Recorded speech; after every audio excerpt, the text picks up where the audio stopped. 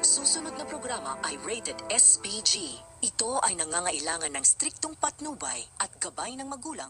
Muli na namang nagwala nga itong si Renz nang pagsabihan siya ni Mario na huwag niyang gamitin ang kanyang anak at si Sandra para lamang mapalapit dito kay Rose. At ito na nga, nagwala nga. Yan, binasag nito ni Renz ang mga bote. Yan, na empty. So, ito na nga ang si Renz. Naku, masisiraan talaga ito ng ulo lalo kapag ito ay hindi niya nakuha talaga itong si Rose. Eh, paano niya makukuha nga itong si Rose? Ay mukhang nakuunahan siya nito ni Matt. Si Matt, ay gumagawa na ng paraan para muling makalapit dito kay Rose. Ayan, nakipaghiwalay na. Yan, di ba? Dito kay Christina. Ang kasunod, tapos may hawak-hawak pa ng kamay. Ang magiging kasunod niyan talaga ay magpo-propose na ito dito kay Rose na, 'di ba? Na kung sila ay pwede na magkabalikan at sila ay magpakasal na. At ito na ang ikakatuloy ng pagkasira ng ulo nito ni Renz. At alam naman natin na itong si Renz talaga hindi pa kakawalan itong si Rose. At baka pag ito yung nangyari, anong gagawin nito ni Renz? Baka ito talaga yung makaisip ng hindi maganda. At syempre, at ito namang si Sandra ay tanggap. Yan. Kung ano ang sitwasyon nila nito ni Renz. Ay ito namang si Sandra ay hindi nga naniniwala na ito ngang si Renz ay kaya nakipagbalikan sa kanya ay ang mahal pa rin ito ay walang iba kung hindi ang kanyang ina. Naku, ang hirap ng karibal. Ina pa talaga. So, yan guys. Itong si Renz, nako talaga hindi nito matatanggap ang pag itong si Rose ay ikinasal dito kay Matt.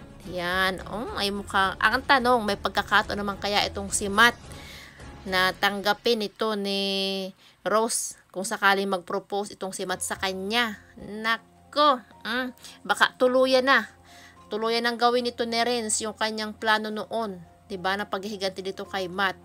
Na binigyan nga pa nito ni Dante ng baril, di pa, para gamitin. Naku, baka ituloy na yun nito ni Renz.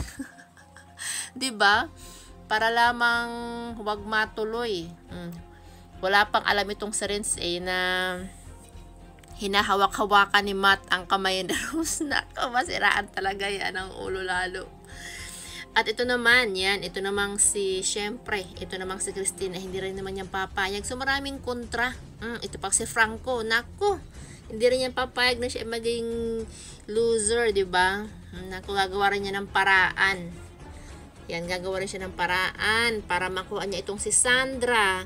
At ito namang si Christina, gagawa ng paraan para makuha muli itong si Matt. Oh my gosh, ito namang kanya-kanya sila ng paraan.